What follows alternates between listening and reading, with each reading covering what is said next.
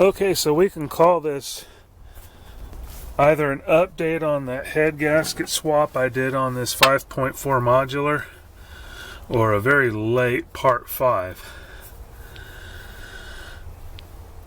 As you saw in part 4, I had the new heads in place but hadn't redressed the engine yet. And what happened was I found out after getting the new heads installed that they were the wrong heads. And what that is in 2000, Ford introduced the performance improved engine, the 5.4. And this truck is a 2000. The heads I got for it are from a 99. So we'll discuss the differences there in a minute, but that discouraged me for a couple of reasons. I mean, the heads physically bolted on, and obviously they are working, but not only was I losing whatever performance the newer heads gave me, but I wasn't sure if the truck would throw a check engine light or something because the airflow might be radically different. Obviously that wasn't a concern because you just saw it running well and there's no check engine light on. So yeah, I put this on the back burner for quite a long time before I finally decided I might as well come out here and finish dressing the engine, because you can't reuse the head bolts and you can't reuse the head gaskets, both of which are kind of expensive on this thing. So I figured I'd at least finish it off and see what happens. And you can see it actually works fine. It just means I've lost whatever gain the newer heads gave me. So just keep that in mind. 2000 to 2003. 2003 is the last year for the 5.4. With the exception of maybe the Expedition, I think it might have lasted longer. I should say 2-valve. Obviously the 5.4 lasted a lot longer. The 2-valve 5.4 in the F150 ended in 2003. That was the last year.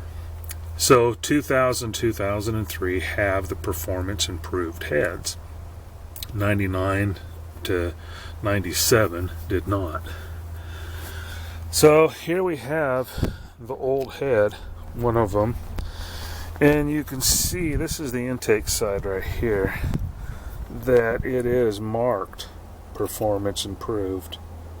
I haven't bothered looking to see what the 36 stands for, but the PI is the performance improved head. You can even see the difference in the shape and size of the intake ports between this and the non-performance improved head. I did snap a shot of those ports before I put this intake back on, so if I can find that picture, I'll interject it here so you can see the difference between. See, on the non-performance improved heads, the chambers are different for the intake manifold, and of course it doesn't have the markings on it either.